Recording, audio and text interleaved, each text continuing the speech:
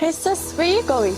Oh, I'm just heading out to find a place to send money to my uncle in Samoa. Oh, why waste time and petrol? You can use UP Group Money. You can send money to Samoa and it's really fast. Really? Yeah. Can I sign up online? Yeah, it's really simple. Sweet, I'll do it now. Okay, bye. Bye. Sending money to your loved ones in Samoa has never been easier with UP Group Money Transfer. Our service allows you to transfer money quickly and securely from the comfort of your home or anywhere in New Zealand. Your family and friends can conveniently pick up the money from over 40 villages across the Polu and Tawai. No matter where they are, we've got you covered. Our user-friendly online platform makes sending money a breeze. Just visit www.upgroupmoney.com. Sign up and start sending money in minutes. We're here to help. If you have any questions or need assistance with signing up or sending money, please don't hesitate to contact our friendly support team at 09558 2896 or 0800 877 328, or visit us in the office at 6/22 Station Road, Otahuhu, Auckland 1062. Experience the ease and reliability of UP Group Money Transfer today. Your family and friends in Samoa are just a few clicks away from receiving your support. Visit www.upgroupmoney.com now to get started. Hey, is it true that your company can help us save money for our trip to Samoa? Yes, that's right. With UP Group Money's partnership with Vodafone Samoa Mtala, you can save money while you're still in New Zealand. You'll need to register with UP Group Money to receive a Vodafone SIM. Once you have your Vodafone Samoa SIM, you can start sending money to yourself through your UP Group Money account to your Mtala account. You can only withdraw your savings when you're in Samoa. Oh, that sounds great and straightforward. Can I do my registration online? Yes, you can register for UP Group Money online. However, if you need assistance, you can come into our office and we'll help you out. For Mtala, you'll need to visit our office to register and collect your Vodafone Samoa SIM. UP Group Money, in partnership with Vodafone Samoa Mtala, offers you a unique way to save for your trip to Samoa while you're still in New Zealand. Here's how it works. First, register with UP Group Money. You can do this online or visit our office for assistance. Second, receive your Vodafone Samoa SIM. To complete your Mtala registration, you'll need to visit our office. And lastly, start saving. Use your UP Group Money account to send money to your Mtala account. The best part, you can only withdraw your savings once you're in Samoa, ensuring you have funds ready for your trip. Wow, that sounds really convenient. I can't wait to start saving. Exactly. So why wait? Visit our website to register with UP Group Money today or stop by our office for any assistance. Make your trip to Samoa even more enjoyable with our hassle-free savings plan.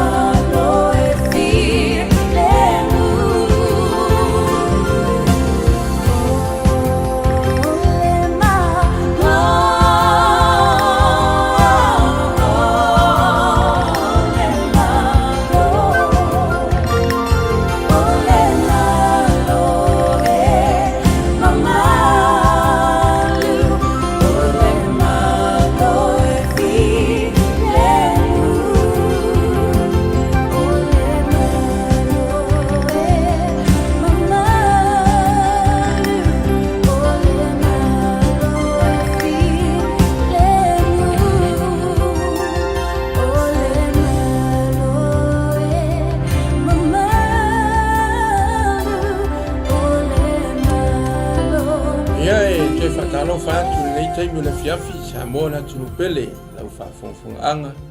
fatalofa atu ia ouna le atua mo latou faletua i le gato ma paaaga taʻitasi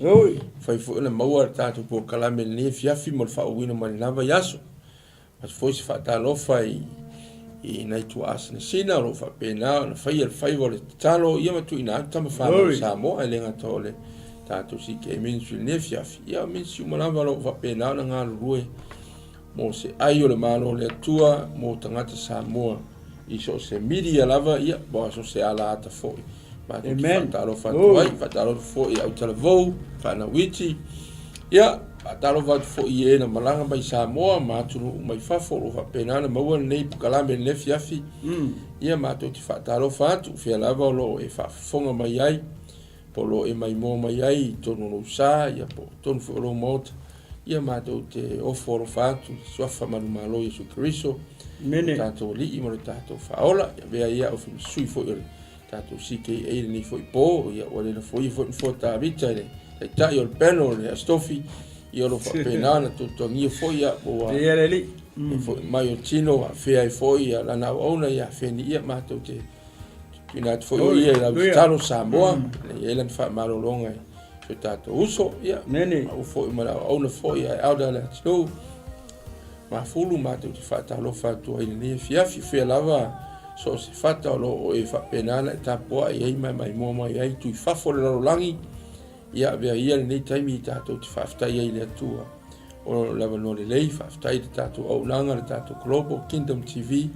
io fai una fa lo atu ia tato pukalame lungo ea oi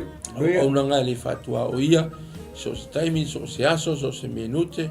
io lo e fa funga pe le tau longo le upo le tua le tai ao le uri i fa pena fo ile afiafi nei la taimi ia o le a tu ina atu la ona ala ma fulna te ta ia tato te talo io le tato fa mi fa solo fo ile ni afiafi nga fa lo ya tato talo io vai tu o no matou toma after toma matou te memori tu pele tau langa o le loto fa tai la fio ono la tu singa la puipuinga mala le leonga no matou wola ia leo ma vai tu le mala masa matou fe ngai fe au manga luenga le yelo matou tu leo matou sa valie le po ma le po liuli ni polo matou tu ia me ia lo fa manatu mai be ia i matou no lo soifua oe lo matou tu lo fa manatu mai pe ia i matou awa o i matou o le pale ali o au e la vona matou va tu le vi inga o le taulanga o le loto o le faftai o le fa manu ma le fa tanga i la ufio ona o lo tau singa lo fa mala pui puinga mala o leo ngai lo matou ola amen ia le se me o i matou te fa foi le i la ufio na o le leo ia matou te fa leo atu ai le taulanga o le loto faftai i la ufio faftai me uma e ta pena mai sauni mo matou ne ia so faftai lo matou ola o lo fatu mau ina pe le ola male manava yo matou ponga isu mai lava le au atu na ia tu se matou au dia le po liuli ma le pongi sao ne po lo matou atu o ai se fai atu fai sona loto pe fai atu i la ufio pe ana fai te ave ese le ola le ia i matou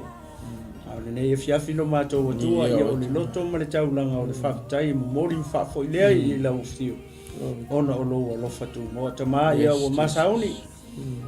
mate tau talangia la upu ma la ufio nga le fiafi lo matou tua tama ia o senga luenga e le fai ngofie io e nga no ma la ufio ia o senga luenga fai fua le ala le o matatalo ai ma vala wa e la ufio le fiafi tama matou te mana ia la so soni ia fio mai oe anga pa ia te fetalai nei fiafi e te mori o la upu la savali o le nei fe au ai fina ngam maloto ni o tangata amen na mai se o la e kale si pa ia nei fiafi no mato tu tau lava i nei fa nga mai o mangutu ma leo pa ngai o foi o mala lo fai ia e fetalai ma mori o lo nga pa ia ma talo fa unga le ia ngau si ia mo ma unga le e solo ai leo o ita mai ma ferro i solo pe se leo na tangi le fa unga le e ufiti ai ma ua ila loi for tafu e o sa tau ia ia li pea la ufio uma amataina la ufio nei fa so ma nei por kalame ama e ai o ma fa pei fo la io ma ua la o na lea wa ai fo ia tu me uma ila ufio e vi ai o nei ma so uma se o atu fa va ni sua fo lo matoli o Yesu Kristo sua fa mawolunga e la tele e pa ia mamalu si ua matatalo mo ala ua tuaine amen ma amen. Thank you. Oh hallelujah is the Lord ya after ile tua le tau sanga le molia lana ona ni fiafi fatalo fatu o sungada o vuka ko felo ai ia o sunga ia ina ya mafulu ia o manuia o sunga le pa fianga nei tu la fiafi ba lo so manuia e o que lo inga tele a tu tongia foi meu malo le tua ispogato bukalami ia fa tai fa so sauina la ni temi ni foi fiafi vai ele tau fa ilo na o nei ona le tua o to ina ma tua nei lo si ke ministry ia ngalo isi ministry ia tu mai lava tau au wa lango ina ia mo se ayo tanto sa boa o le ngalo le tua ia le yaso sa fianga ima fuanga foi fa o le breakfast leo que vai agora tudo mata e mai o que não ka kalame le morning breakfast foi le tele na fa foi maior to ila ia mala na on foi tu ya pasta mai esse carro after pasta ia ole na ta ingala ia ina ia fa nga ina pe ia le amen ia le ola mai le tua mo le ola mal malosi ia nei taimi wa fa faingo fie me uma hallelujah ia toi foi le na wa nei taimi wa failangi foi le malanga tina ia uma tu foi tamiti o tamiti ma ia la to fa nau ia fa faingo fie foi le ia o fie foi o saute nganu e fa pe ia foi le pe e alu que se le me foi le ka o le pouring e por aí o le ala o mo ko o fifi ala ei stick ya foi le ia lo o tangata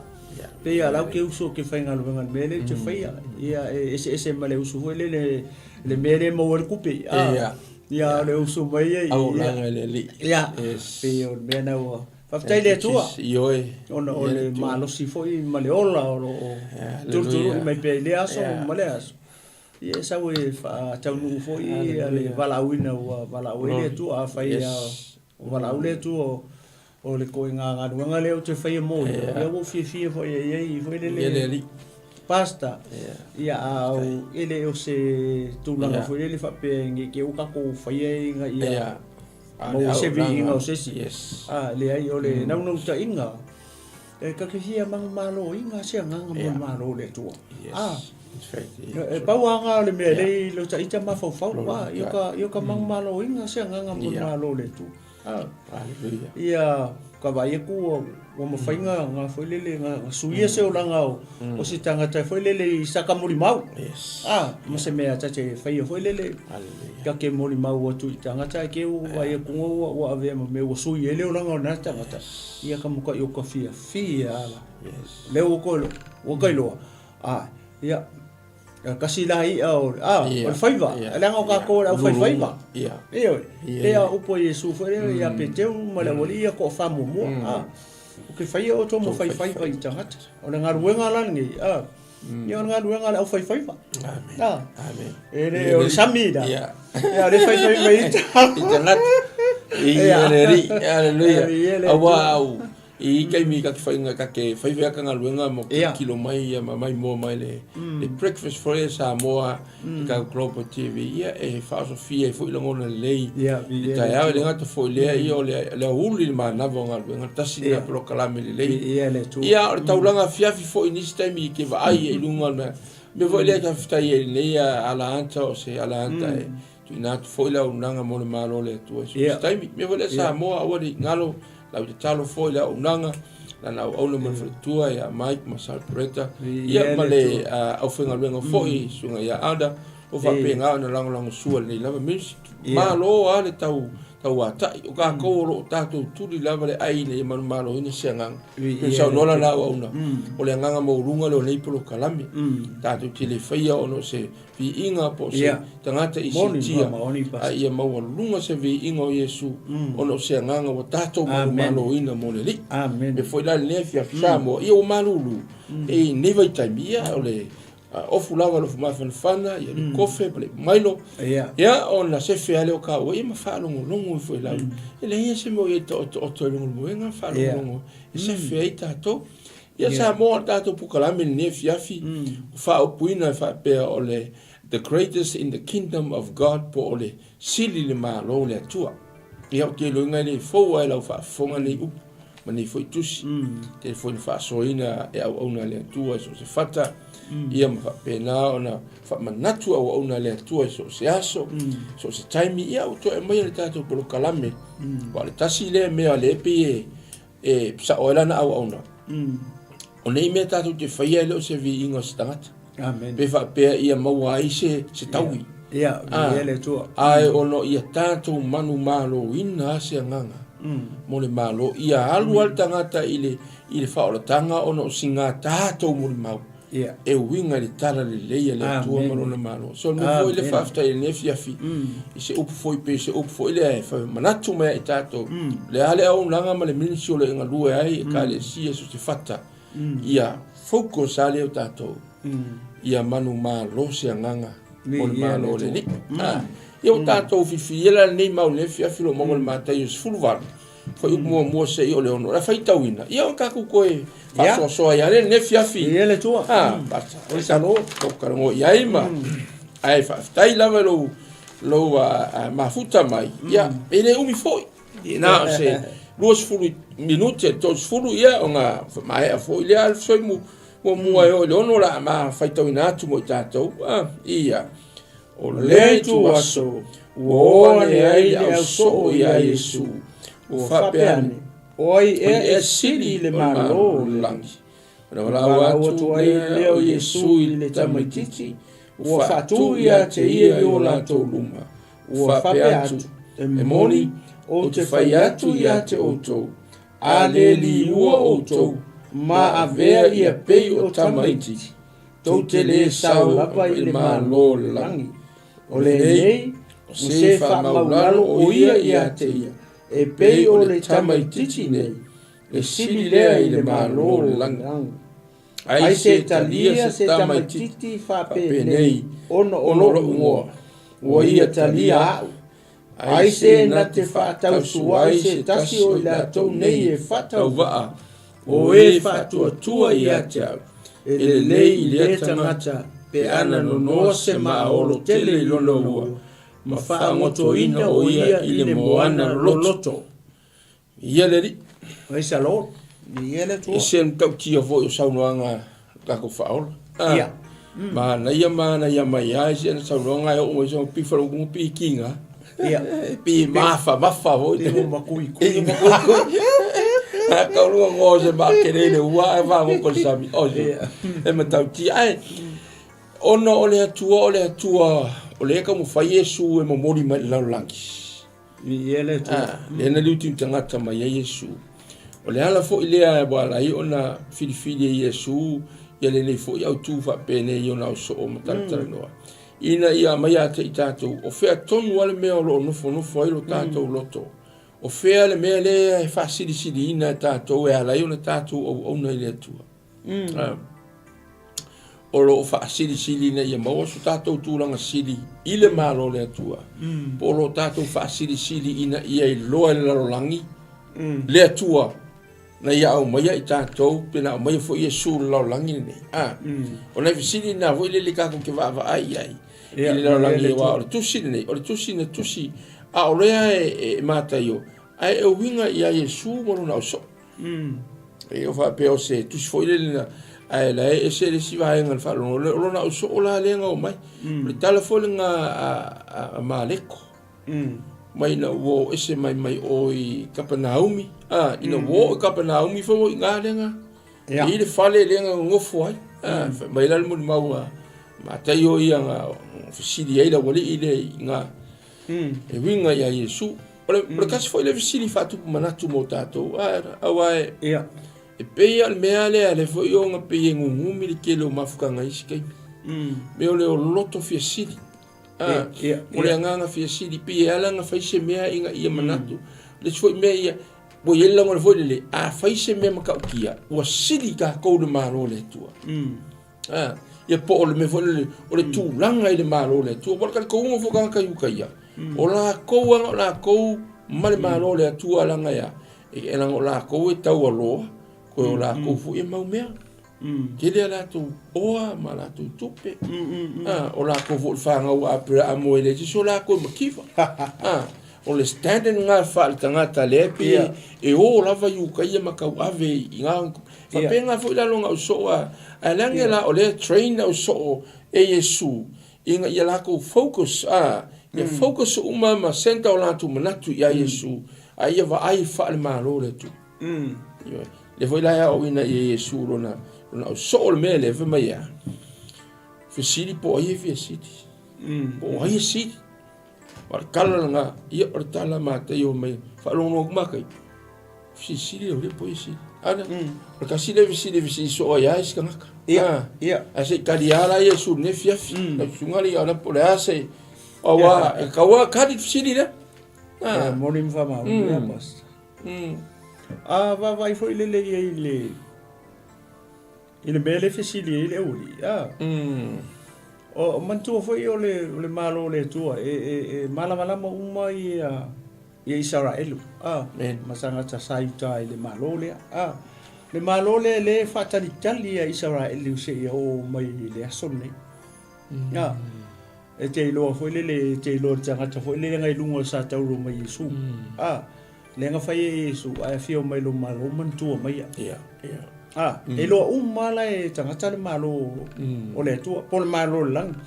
pe o le malo le ofisili le o le fisili le fai le o le auso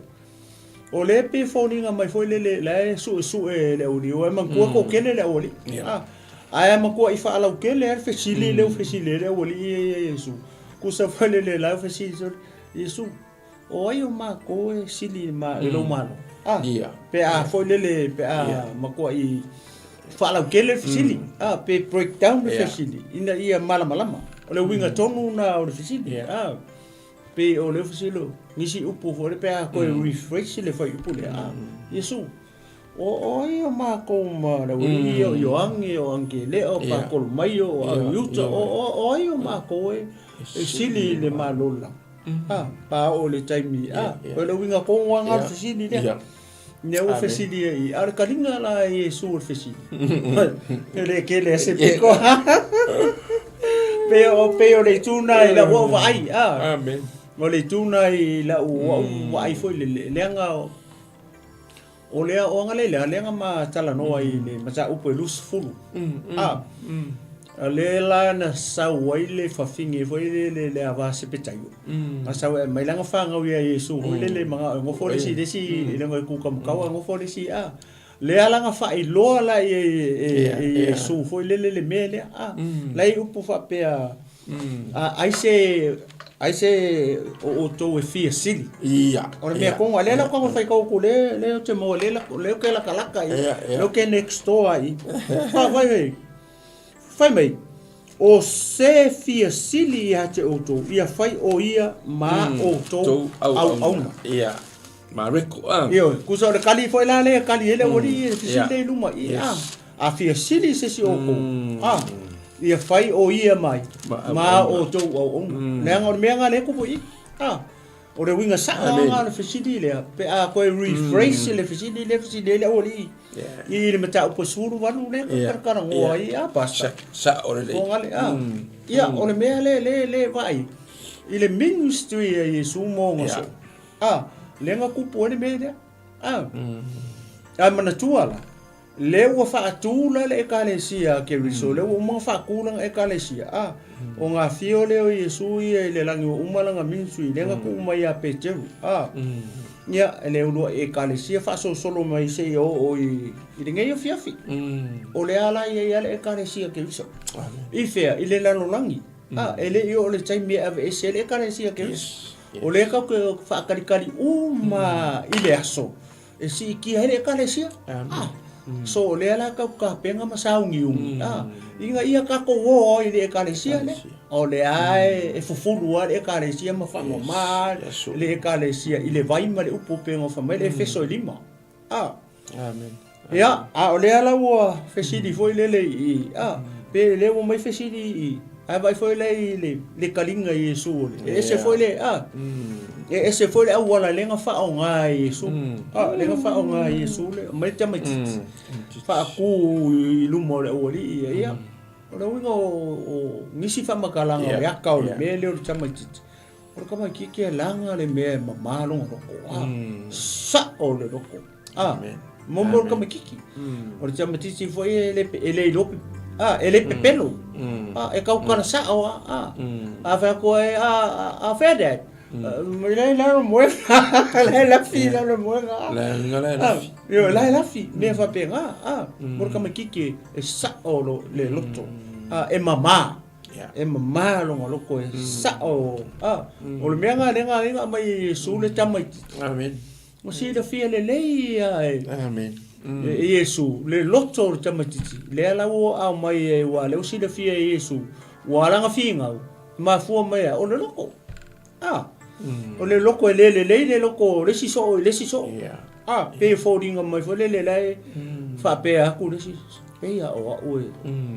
so o uma na kasi o sili ma no le e pe si au le fo le ka so aku kurang ale le ese tau al mele se mele lei vai ele tu kasi le vai nga fa aulo o principal le tu al mele o le loto pa wala loto mama loto wala o al mele fa tu Yesu ga me ki le ma fa ya tu a le liu le upule fa nga Yesu o ma te yo if ma o le liu o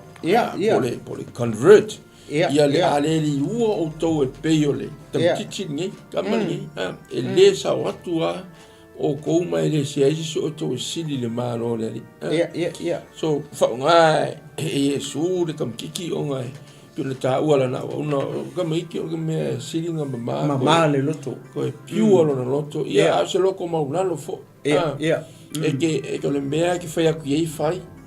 mai e io ngo fie fo na loto mak fai ngo fie on tadia se me mo fa ma oni awa pe on beng le ka wa e mo mono atu Yesu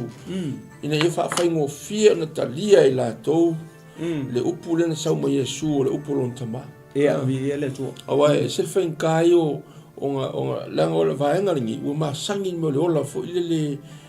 o le la ku kama pram Mose, Malaysia au perfect. O Yesu de kom fai mai o ia o le atua. E makua pe kolosi ai le pengi era wali. Ale ngai ala kom fai ko Yesu nga ia wa ku i da wali ngai. Au wangi se ko mau mo le mea. Ia o ko karia le nga awinga mai. O ko karia war kalanga Yesu a to taria o karia fo o ko le na awina mai. Ai o lu fa sino lam fa ka Yesu fa o ngal kam kiki ono no loto talia ngo fio semia convert o ia kama lo Nicodemo o Yesu mai Yesu ele toi fa na e fa penga e fe o le mali ia male matango fio fa ta inga Yesu e pe e karia nga kare kangaka ai a fa le nganga ngi me fa le malo le manatura ori fa ngo fia le nga la to lo me la le lo kal ngo mai Yesu ma nga ya la ya wa me e lo o fa mai ma le ko ra nga la ko fe wa i ma la ko fe savaria a o la ko lo ko lai o lai fa ma singo ma fe sili le so le o ya le ka ko si malele lo lai lo le Yesu le mele ko ngoto o la vaenga le ale manga ia la yo se au nanga vo le ki au nga male loto ma lalo male loto malu e ke fa ku e ila si la fia le tua me uma ke le usi kai mi au no pe ka sound out le au nanga inga ia o me uma si la fia le tua le ale kasi la le principle po se ta sinei ana tau taua le a Yesu ia la o le loto maulalo. Ia, ele tu. Ia loto maulalo, ia lau, mau, ia loto maulalo. A wala tau te loa atu le atu. Si ele ai se ka makiki nga ke le loso tama. Ia. Peke savali foi o a fai ele o ka mala ka miki fima miki no, that's not my dad. Nanga sako langa vai ke vai po fe me ke ma alo foi. Kasi ala ka miki malo fa longo wa kul miki longa leo all. That's my dad. That's my mom. But remember ka miki, it's my uncle.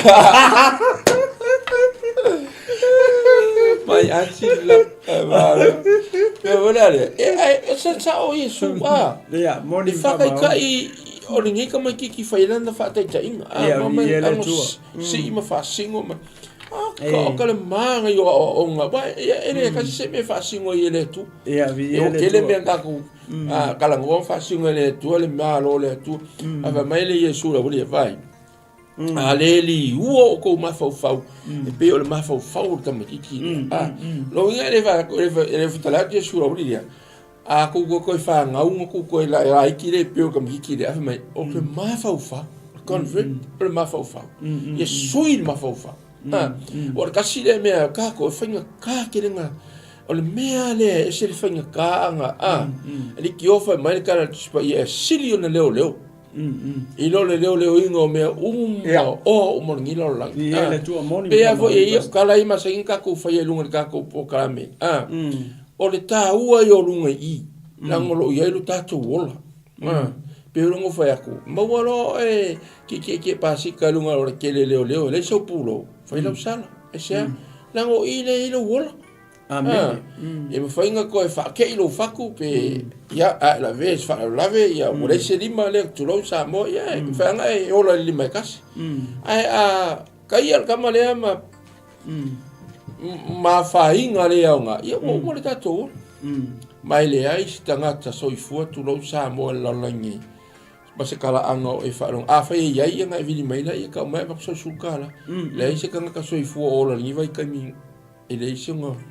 songa au a faila o ia io le lunga I lunga parle o ilo wai anga ia fo so anko I tasi no lima I fo so anti pela ona ai le ai se tanga ta soifua fa mai soifua ai le ai songa lunga songa au se tulo me na le ser ka u le me le o walanga la le sui ia le fa mai tala fo ia Paulo ia Roma o le ia le liuina I le toi fuata ina o te mafofa renew of your mind ai le fa mai foi le change o a change lo lo ingo foi lo correction Piche tuma la ile speak ale renewing of our mind ai o ngai me pela le sa I renew le renew le upu accept the God's word that's it like eu mai salamu a mai fa fe ona fa mai na tau le ona e tau si tu samale le upu le ta mala amen me vola le pe tau fa mai Yesu fa mai hey ese ke o fori nge o le ma ngai o fa ka inga ave la ko mas tato fa ya no silo Yesu mai a ko le uo to ma fo pe kam kikini le ya si o ko saul malo la ma ko fa longo ko kele nga mai a leo ke vai ko lo ko ngai ko kikia ko fusu o ko me po e sili o ko o sili o ala winga moni anga mene e o la o e se fete na inga fo le va o le apostolo poso Yesu ia o le e tupu wale mea foi le totonu a fe o lenga kupo Yesu mai la tau lenga fidi Yesu so e kupo al keminge e kupo e tonu le karisia ke uso e ai atu ai nga tanga ta fa pena tu no ne fef o la ai al ko inga mindset nga le si tanga to foi le fa pe ai tu lo samo fa pe o ia ka mai o ia le leila na nga wenga o ia o leva nga lue me fa pe nga o le mea ngai alenga tupu fa ma wolunga o le sika ia sau ma le si foi tangata ia le fia alu ilalo fie manga foi kai pei foi o tangata le ia me la le kupu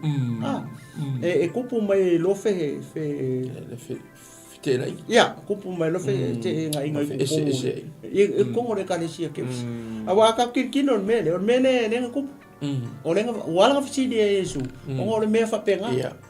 O la manga ku so ale si va pe o li si dia o ala fu me le si de. O le me manga ye la fisi sa o ya Yesu. Ia. I se amai sa o la Yesu ta. Le manga ye o le mele pe folding of o le pe fa ale yang o fonga le fisi. Iyo. Ia ala ngol meo le tu a fa lenga kupu I le uri le u so o Yesu. So e kupu foi na termine mo tato ye. Se ka u. E fa ke nga ka foi le mole inga ia wale mo foi sakangi ia. E le ka kai mo el fiti. Ia. Ale ka mo fa ia sakangi foi ngale ia break up le kalesia ke uso. Ai pe le mele o ta fa so ni o le ka kwala I le loto o le ulua I la unga mua I sunga la unga le loko na te mau ma tai o lima ngai ma ko sungo I mai e su langa la unga le loko ia ka ko va I le tele o tala fa ta o le loko ai o le loto o le tangata o e ma o mai ka ko o I le manga o ia le tua po Yesu e ku e nga upu ku I le ala fa mai se so e ko le mau le pasta o le matai o e spulu iva o e sukolu o lona mata upu o lona foi pura spulu iva fa mo le pasta suiva ia okay a fa longo se tasi le upu le malo ai le langona ia ona ruane lea o le ualeanga. Ia. O whao le mea sa lulu ina I nono loto. Ia. O le mea lea sa lulu I le awala. Ngā kongu. O when mea le I le upu. When mea le usau sakangi whao I le upu. O le loto. O le loto. O le upu ngai wha mai o le langona. Wha Samoa. A ki kilo wha petani o le understanding. Amen. Ai se le malama kusa le upunga ya au ia fa Samoa ya au ia ai se foi le fa longo I le upo le malo ai le malama ale fa me fa Samoa ngai ai se fa longo le upo le malo ai le langon o nga luange lo le o le anga fao me le upo le malo le tua fao mai fea e fa mal loko kusala o le loko pe ona ma fa so tu foi le launga mua Yesu la sungu I mai Yesu le loto tanga o le mea le kupura o ia o le loko o le kele o feke nga I fa pe loko o fi nga po o I sidi o yo la ko e pas me fa pe nga le ala o kapasa o Yesu ile ki o le paipa ma koi fa mau le ia a pasa o Yesu ile ki o le palaka ile ori a le winga na o le taua o le loto o le tangata o le o ngā ka kongu o le tangata na whai le atua o longa loko ai sea langa le umai lunga I le ulu I a senses I o le tangata pe o maka o le isu o le nguku o kalinga ia mana mawhawhauriko o le tāua tele la kai pe o le mele uma whaasoa usa pau ale mele after I sakangi o le upo le kua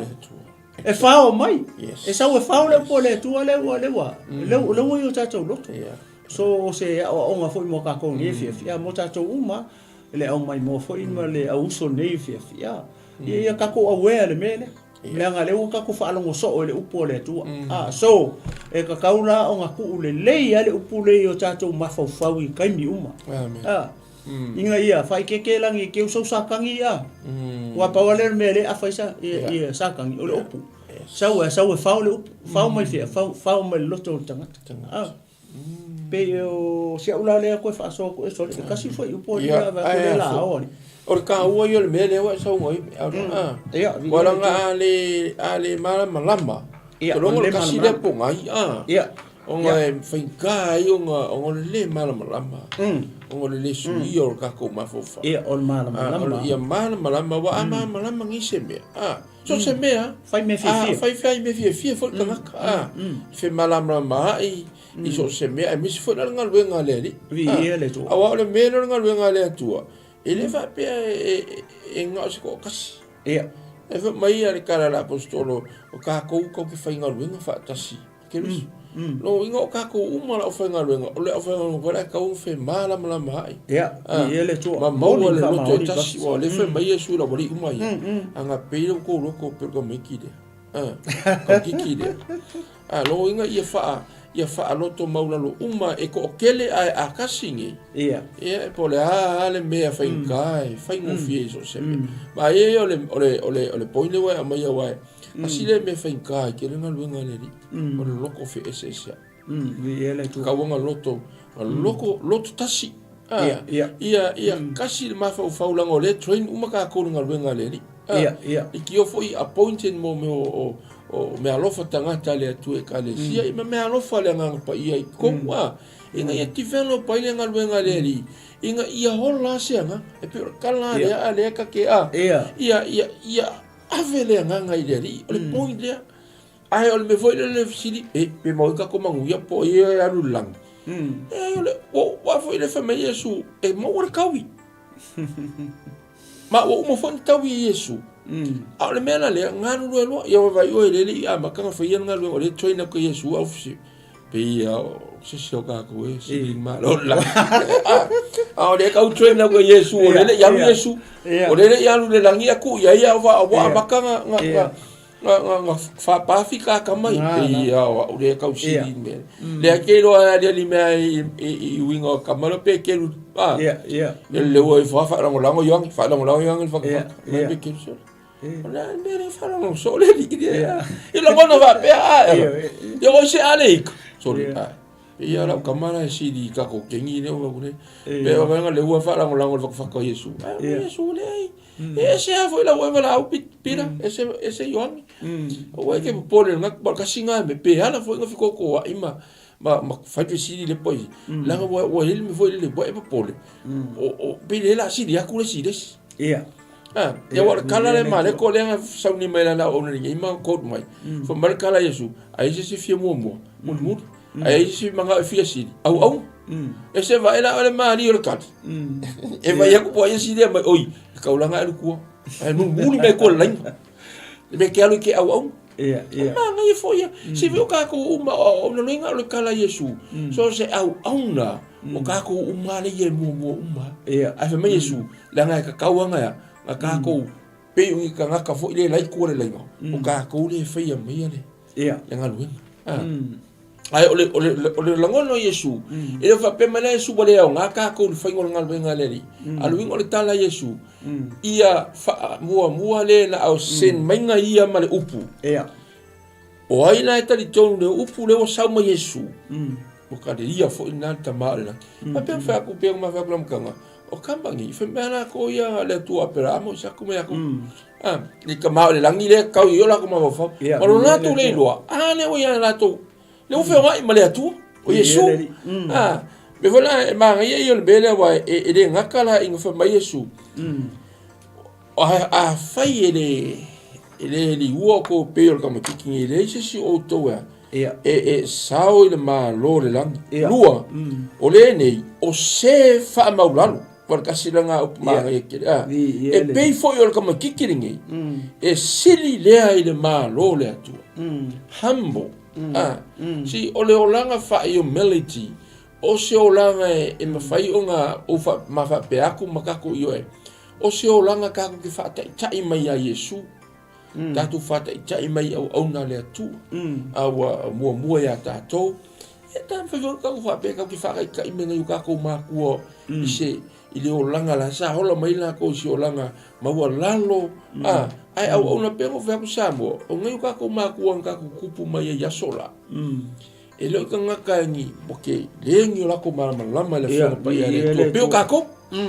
ai eva ai yo lato se mo la ko fa e ma loto maulalo ile tua marona finangalo le ya se le mun mawana me pe o se nganga le ka ba koi pe fora kala le wa mai Yesu kam kiki I le fo I vai nga o le lorangi po Israel nga ia fa maktala tala ye Yesu ia mea ka ua e ka kau o nga hol ngai tangata ya e au na mo le malo le atu fa mai ia ka fa mai fa pena o se fa mau lalo pe kam kiki fa mai ia e sili foi o ia le malo le atu so si no wa ia me foi le ke o lesi e mau lalo e fikiro karinga e fikiro porque pe o kala ko inga ia sola ia rongo ia ia le maulalo lo fo ia maulu le koko maulu al me maulalo e kala tia nga o le fipi nga lua le fe me ia winga fa tasi sai ia kaunga ia te to fo ia manatu tasi sai ia Yesu me sa winga sa le manatu o ia se me fa o o manatu ia o winga fa tasi o ia male fa maulalo ia te ma humble himself ma ave o ia ma polonga se va lo winga ole onanga maulalo le fa pera ka ko ilalo e wa ka fe pe ngo ka ko kidiso le nga ka ya ko masasa wa le nga bala wa ki a ngi ro langi ia fa o marol va nga le ke va ile ai se leo le ai se la ngona mo le loto maulalo fa pe fo yo ko tamachi pe a fa yo ko maulalo fa pe ngale sili le malo le amen ka o ke ngi me ba yo le la ko me lo Yesu fa nga ma ile lima ai se talia se ta mai titi fa pe nei ona o lowingwa wa ia talia po o talia Yesu ai se na te fa tau suai se tasi o ilato nei e fa tau va foi e o fa tau va o e fa tua ya te e le lei le tangata pe ana no no le ma au ilona ua ia ma fa to fui nei fo le moana loto te ari ada ese le matango fie koe o se warning sign for Yesu mo kako ia pe wa le wa sa Yesu I fa jam le wa tao ia au to e fia alu wa lunga I le vaenga le fo ilia ona va ai pe ia ole o loto tangata e ma foenga fa me le o se fi ngawa I ko kongo se kalesia po se fa tonga po se ngaruenga fo ia me se foi tono e kalesia tono ainga tono nguu ma so se mea e kupu e ale mene o le fi se ngau fi ngau fo le fi ngau po ai sili po ai pule po ai me fa pena e kupu ka kongo fo ela mo ka kilo le mele pe foringa fo le pe malu fo le mai ngol fo alu ke le o me le tupu I le so le anga le ofisili ya Yesu po ai le kanga kai sili le malo lang rongo winga o ofisili ai sen me wala ofisili ka pe rongo winga fo ringa mai o le fo ringa mai fo le o le e se inga I va o so o Yesu ile mele la pe o la wa kau fai fo ia pa kor mai o ia e kau fai fo ngale ia sitting ia po pe ave o se leader ma me fa penga vai la le kalinga Yesu le o le mele o I kau ke I loi le fina ngalo fo le o Yesu le ala wa kango lo Yesu a mai lo le kamakiki o le kamikiki le nga mai Yesu fa ku luma o le ori le o fesidi mai fa pe po le o fi ngau mai fa pe o le fesidi o le fi ngau le fi lo po ai ola ko oi pe a fa lo ke le fesidi ale la wa mai lo Yesu kamikiki fa o kamikiki la le o le aka o le fa ta inga le o mai I le kamikiki le dia la fa makala kulola e Yesu ia le kamakiki le o le fa kai ka inga o le fa mai po I sidi ale baba ile kali le o mai Yesu le ka o le upu o le sao I fe sao le malo o le la fi nga po I sidi ai la kwele lo pe sao se si o la ko pele ai amen o le fi nga po I sidi ai la ke le lo pe sao le malo pe le ai le ofesili po ye sili ale le la ke le lo pe sao le malo pe le ai la ke le lo a le kama kiki la le o mai fa ku I le la mention le Yesu le upu amen ale pe o ko kama kiki le ele sao se o ko malo le tu le la mention le mai upu le o le ale to ya le li ua ale ko li ua o to pe o chama titi le apalai mai lo Yesu mai upu ale li ua se o to pe o kama kiki le ele sao o ko le ele malo ale mo fi ngau le malo ale le lo pe sao pe le ai amen ele ma fainga sao se la ko la misa yes ele ma se la ko sao le malo la ko la misa le fi ngau po yo la ko sini ia la fi ngau sini ele ona me sana mo tadia Yesu yo ale ko fa nau to liua ona la po Yesu nga fa ya Nicodemo yes ngo sa fe siri ya Yesu ale to fa nau oi me ko nga le kupui ola me le kupu le so ele ma se ora ko fa ngau ko fa ngau ele ma se ora ko o kukusa le ola nga le ola ma le ola ka ma kiki le ka ngo Yesu mai fa ko luma si o fa ka inga le fa fe lang ko fi ngau oi po ai siri ale kiki lo kunga le ma se o ko se lo ko pe lo ko mi kiki le o lo ngo winga ele ma se o ko sa ma lo nga ko finga oi pe ale li u mo ko o vai e lua o pula men se su nga o sa Nicodemo ale ko fa nga oi I le vai ma le nga e ke le vai le ma lo le tu lua ale ko fa nga oi le vai ma le nga e ke le sao le ala le sao le I o le ale me fai li ua Elai ma se ora wali finga wa. O suia pele ua. Amen. Ale o fesili po ye sole. O ka ese ma ga yo mere ko. O le la misa ai o ma su e ama sa ili po ye. Foi le e ka ma ro le tu. Ai le ma se o sala mo pele ua. Pe ko fanga fo winga pe o Nicodemo. La nga sa Nicodemo e pe or kama kiki le I pe or wali la finga mai o e sa Nicodemo pe or wali la finga mai o e le pe or kama kiki le le wa mai susi I mai ko kama kiki e fai ma fa ka inga fa longo mai o ko ale pe o ko or kama kiki le ale li ua o to ale ko fa nga fo winga o ko e le ai la ma se o ko sa o le malo o ko ke finga o po ye sidi sara mo. Yo, liu mo. Suia mo ko mafafau. Pero mafafau como que ira. Yes. Ai o ko ke finga po ye sili. Eran ko finga o ko loko. Yeah. Mawalunga loko. Ya loko mawalalo po le loko como que ira loko mama, loko famangalo Yes. Ya pe o po Yesu.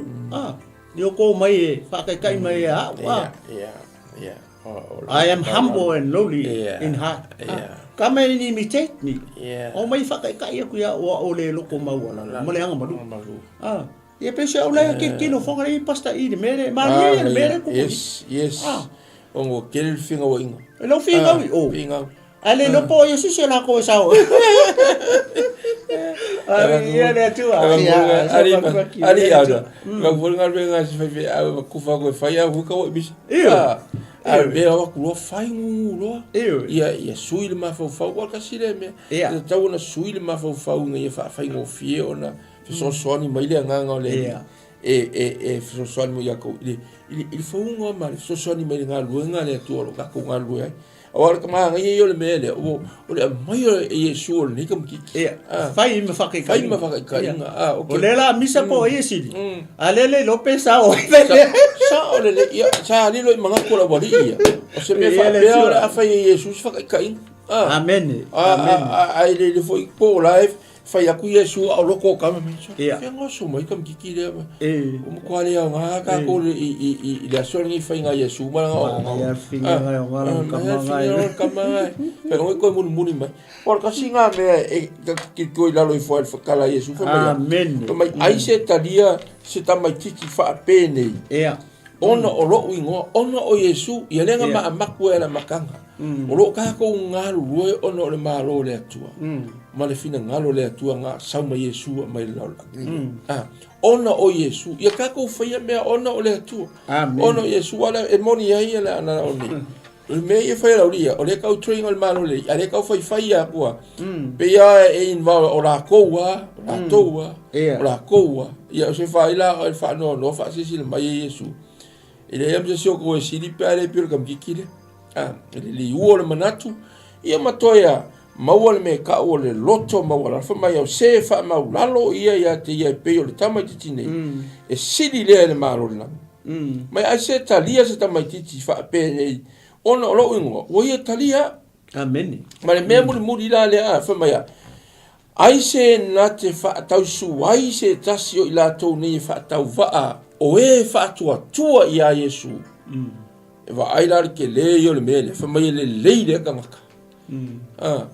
ele fa mai ia Yesu ele anga ile tangata a fa mai Yesu e makua o ngo mea ile ka ngaka o ngoa se ma olo i lona ua se va ai ia ma fa ngoto i folo ile moana loto fa mai ele le o ka waro fa fo i va ku ngala la ma ke le la wo ngala la ku va e ko ngi kali sa me Yesu le ele anga ele le anga o le mele fa mai Yesu o senga ke fa ka va ma fa li liu e se ka nga ka fa ka va ono ole fa tua ya Yesu ono ole fa tua ya Yesu mar ka nga ka ko ngale ala le fa mai Yesu e sili ya ka nga ele le ka nga le nga fa ele mele ele se fa salanga ngu fa salanga tup o tupu o ngal fa salanga le makaukia tia ala mai Yesu e o e vai la mo kanga ki ko singangi proper mi ko mafukanga maka mo fai fa po local me ka ole ia Yesu tangata lai fa tua ia Yesu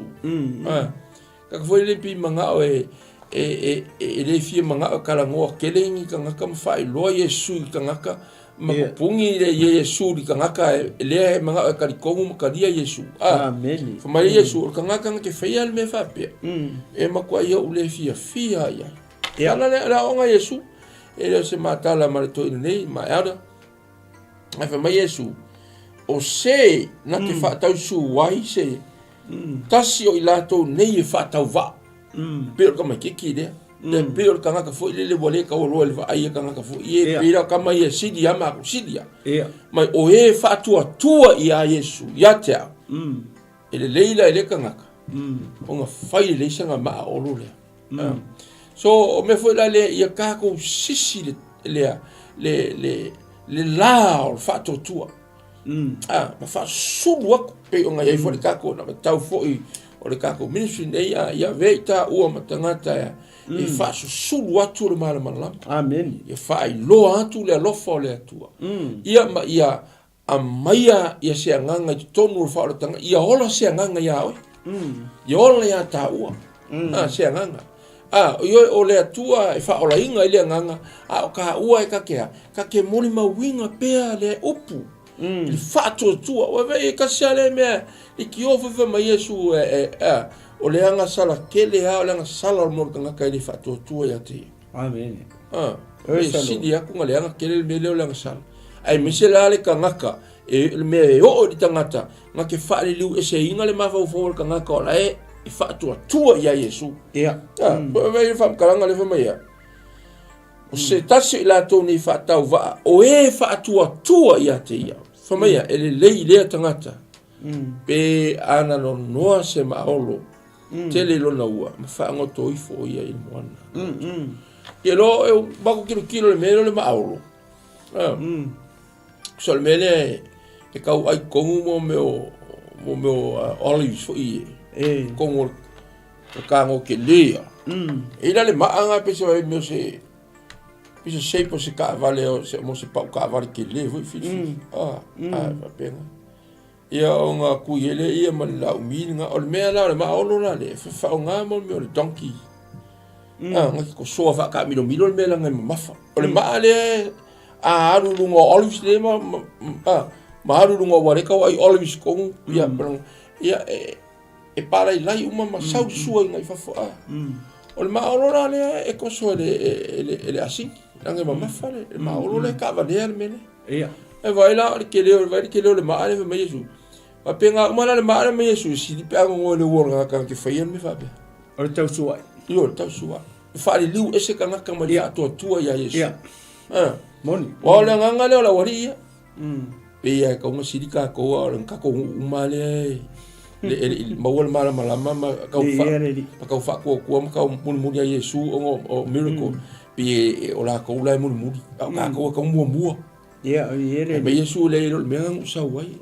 train o ko mon ngal wenga ele va pe train o ko po o ko si ia moni ia me va fa tai le li le au mo fa mai yesu ye la na ia feta lai mai mo ka ko uma ina ia ka ko pi a we ye fo ile tu la ia le li o ka si le me le fa vai vai na isi na ole le mo li mo yesu gro fa fa be ma no sia le upu ko mo le kalesia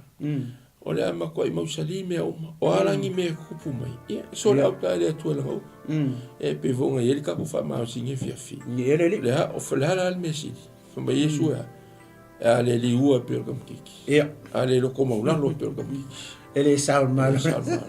ai fa pe la lo ko mo pa ka mo fa sega fa ma yesu ia o ela ele o le sao le malo la ai ke alu ngai sam e va pro me alo fikiria e va pro me alo fikiria e ka ro u la fala e nga mollo e va ka sam ai ma chango fi le pasta o le wo mai su le fa tai inga o le ia mo ta to uma foi le wo le ma ia foi le no fisili foi ko i sili le malo amen ya le ko fa mala le mai Yesu le awala le awala te sao ai le malo o le tua ele o finga ele o su e po isifi au ele o nga la me ke mau ai ke mau le malo le tua le o mai nga finga po isi ai sa Yesu fa mala le o ko finga ngisi opo fa pe o le wala le ko ke mau ai le malo le tu ko ke sao ai le malo le tu ai o finga le wala le ale peila o to o ka mikiki ma le loko o ka mikiki le ma le ko inga ka mikiki fa pe ale fa pe ko lo le mau lalo le loto mama le loto sao le loko ele ai mo se o ko sao le malo le tu ko ke fango inga menga ko finga o pe atoa pe ko le sana mo pe ale fa mawalalo leisi kangaka i leisi kangaka o le la afai e apo o ai o ko e sili le la afai ar fi ngau i sili o i malosi o i ka mai o i poko le me ko fai ia fa mawalalo ar tangata ia ke ia lo le va fe a lo ai le va fa le uso va fa le keusiano va fa le au fa tu ni o ngare ngamo le masao le malo le o ke o mention me Yesu le sao le nga fasili o ai sili le sili le sili le malo le tua amen ia au salamo e fa pelo le me ka o ka ko sao pe nga o Yesu ia ni ko tem ale ko fa ngau oi o no winga ale ko fa ngau de wori ia e kelen me o le leva ai le malo ko le sao le malo wa u nga Yesu mo fa ia ni ko tem ale ko fa ngau o le vai malanga e ke leva ai e ke le sao le malo le tu o no winga e ma fa nga pa lai u ia fa Yesu ia ni ko tem i le mele kupu i amen e ma fa nga i so le uso ale ko fa nga wo ko ele vai maleanga ia ko ke leva ai le malo le tua ko ke le sao fo le malo le tua ai ku nga me ko finga amen ia e pe se ora ko fa popo ho le pasta se ka wo mingo ke le upo le tua me se me le malo le tua maleanga fa lo fa tai ara e se ka wo ke lo mele wa koe pa ie awa le mea mo i ane fi mai Yesu o se talia kam kikingi mo talia o ia o le talia o Yesu o le mea kauria lea langa e alanga fi koko a i kelo me ai masi ia kumai ana i meo kongo e kalesia moloko e alanga fi koko ai waru ese mai le talia o Yesu le anga e kalia i le siaso Wale o koe mofo i tonu ia te oi. A ia e receiving a Yesu i tonu loto. Wale me whaki Yesu lauri ia, le a muli muli. A le I fully receive Jesus. Malanga upu manga o onga i o lato loto. O lato mafofa. Wale me fo ila le, wa woni me fo ila Yesu i le ko inga stawi le whalong Yesu kalongo ila uri ia, le au so. Wale Yesu, ma I mo pera, you guys watch out. Lo kanga ke faia se me ka o se la vole upule I tau suai kau suai cause ioi e cause problem I ko kongo mafta e mese le e mese fa maia wo e fa ku puinga se mea I li kanga ka fa tua le ina ia anga sala ai kanga ma le fa tua ia Yesu ma la fa maia o kanga kala le me su warning ile kanga na wongi la so warning for kako. We better watch out ngame. Esen mamafa upo Yesu. Oka. Ya le mamafa. Okay. We phrase you pule a fai ke fapenga o fai como fai foi le ia liliu nga ia ongi ko fa kokua nga kai. Asi le lo paero ke punga foi lo. Fa mai ele le pa fa mai Yesu. O so mai runga va ale ka ho kai ka fangoka.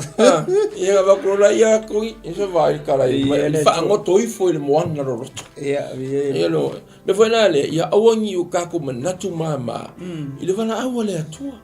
Ai ia ka ko wa li uo tato ma fau tato loto maulalo mal fa maulalo. Ia matato talia lo Yesu. Ia o nga ka ko muni mau krola ia le. Ia ni fa tu ele na upu. Malato talia ia ka ko fa pena iskai ai ke vai fo inga ko pile ka waro yo pe wo e ka ko ri ka manga ri ka dia e fa pena au ka ko o ka ko malo le tua se tu sa umata hata I lauva ai mana ia o larbi o le kusa la o ka ko umangi ka mai le tua e fai I se ka so so ni se ka nga lu mo le lulu wino le upo le tua fa fta ile tua ni fia fina le upo sa mo ele to ta facilite ma upulo po Yesu o wale mea wa mai Yesu fa ta inga ko me fo Yesu ma le warning ma le lapta inga ina ia ve ta o ni tangata ya e fa tu pua le fa tu o tangata ia Yesu malana upu o wala nga ile wa pe an ka fa yaku o roku ele nga entertainment me fa ya o roku ia kele le upu amen pe la kasingi pese pe lua pe afa pese ia kele ale up ia ia no pe usus pe faini aite pe ese item specify kanga ia kele ale up you know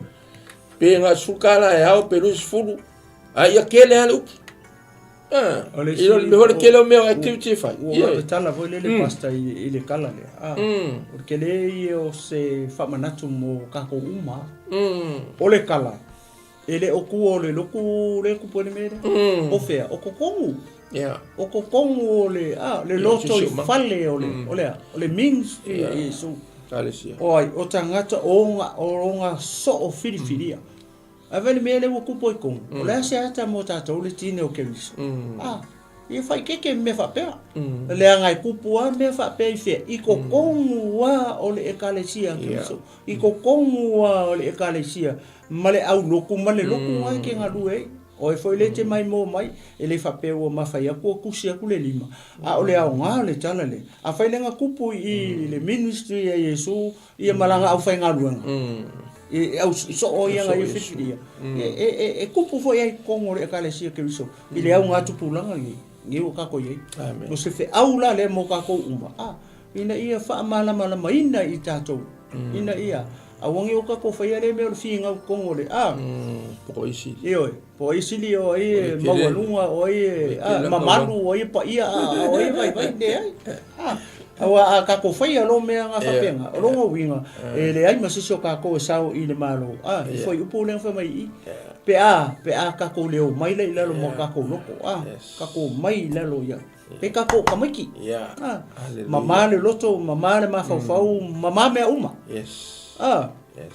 mama la me uma e longo winga ia sao ka ko malo le tu a fai le ai ngal fi nga wai o ele masiso ka ko sao malo le tu ni ala fi ngaula o yesidi ale le me se sala e pe se ula ko fa popo ko ka ni pa sa aftai sa mo na tu pele ma futa ma le fiafi el tonu lava ia wa manino ale upo yesu ia o yesu malana up ma ia so so net foi sunga farto ina nei ia malo itangata ile tau fa pulpulaina atu le upo le ia whaftai waonga uma mo tātou umalawa le ngata o tātou la o whafonga ia mara mai mo mai leipo ia o mapanga ia o tātou umalawa Samoa o ia sili le malo le atua mai Yesu pena saunoa fo ile ana fionga pa ia mai ia tusia ma record na se fulu foi po lima foi mai ia o le atali o tangata le sau o ia ina ia o na mai tangata ia te ia o ia e au una atu i tangata tu ina foi lona ola ina Yesu ia i tangata e tō tele o mai voi ia ma reko ale la tusi la onga mai o se fies si mua ia vea mai ia mulmuli ia o foi fe se fies sili ia a vea o ia ma au na tangata au na tangata awa au una tangata o le lau o unanga foi le tua le anga o tangata e whaatino i le ta au unanga i le atua malona malo i o ila sili le fiafi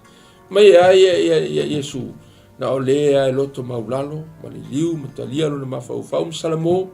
ia matalia lana upu talia receive the word of God mai o ia lana e te taua o na sili le malo le li lo ingo kako uma pe afai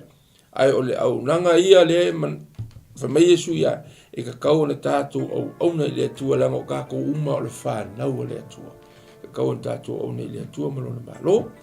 ia fatalo fati o na le tua mo la yo la tu fritua lo fa pe na mafuta mai uso o wo pa anga tato mi tu nefiafi ia fa staile mafuta mai fa te fo share mai male share mai foi ma mai foi nei upu fa ma lo si tato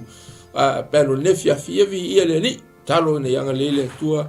ia Samoa to lo fa pe na mai mo mai ma si mai nefiafi ile tātou whaasoa le fiafi ia ele tu ua fo ile ma kalame le fiafi le tātou sike ministry palana o una ia e toi whamanatu atu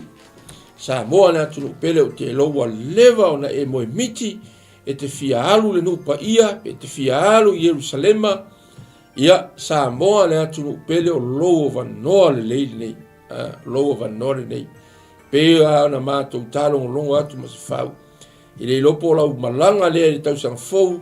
ia e te vaai ai o i maunga olive whengai ma le malu ia a fio mai loa Yesu Keriso i le nā fo i tau sanga e le loa tātou po nei tau sanga po nā tau sanga ai a whai o te fia malanga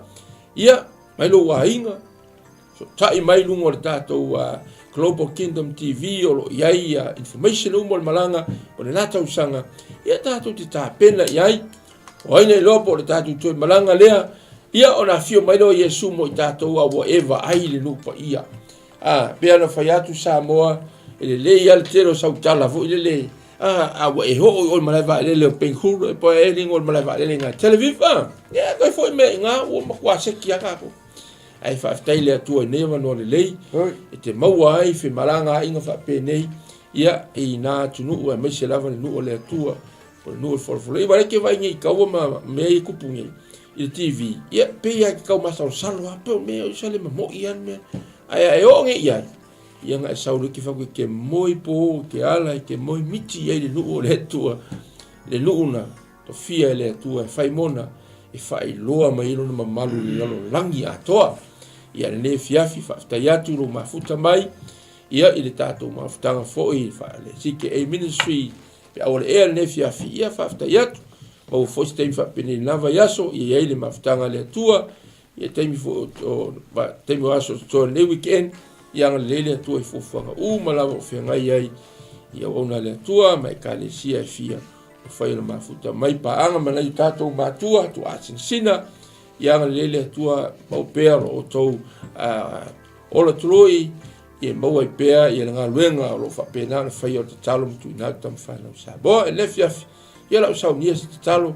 i e whaatua ai tātou lefi afi. Lo mātou tamālangi whaafitai tele lawa i la upu, anga pa i ae o le mātou fisosoani sili, sa e fisosoani mai i mātou le nei taimi lefi afi. Mātou whaafitai tamai, ono lau whaunga le li ia i o mātou tangata, le ngata le whaafonga mai lo atunu. Ia vi ia oe le atua le nei upu sa mātou whalongo ai a mātou fia mua ia vea i mātou mau au na tangata, vea i mātou me liua o mātou mawhau whau, ma ia mātou loto maurano matalia oe e sula upu e mātou te au na tuai le li i tangata whaapea lau o fio. Nia foi le atua lau whaunga lau o nei ada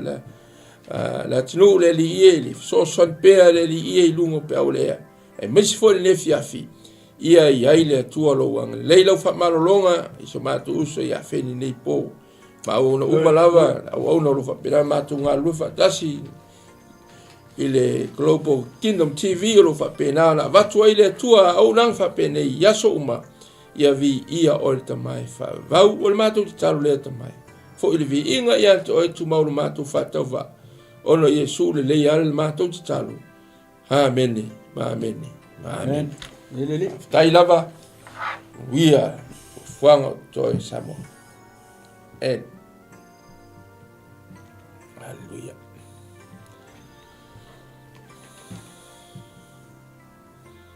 Yeah. Yeah.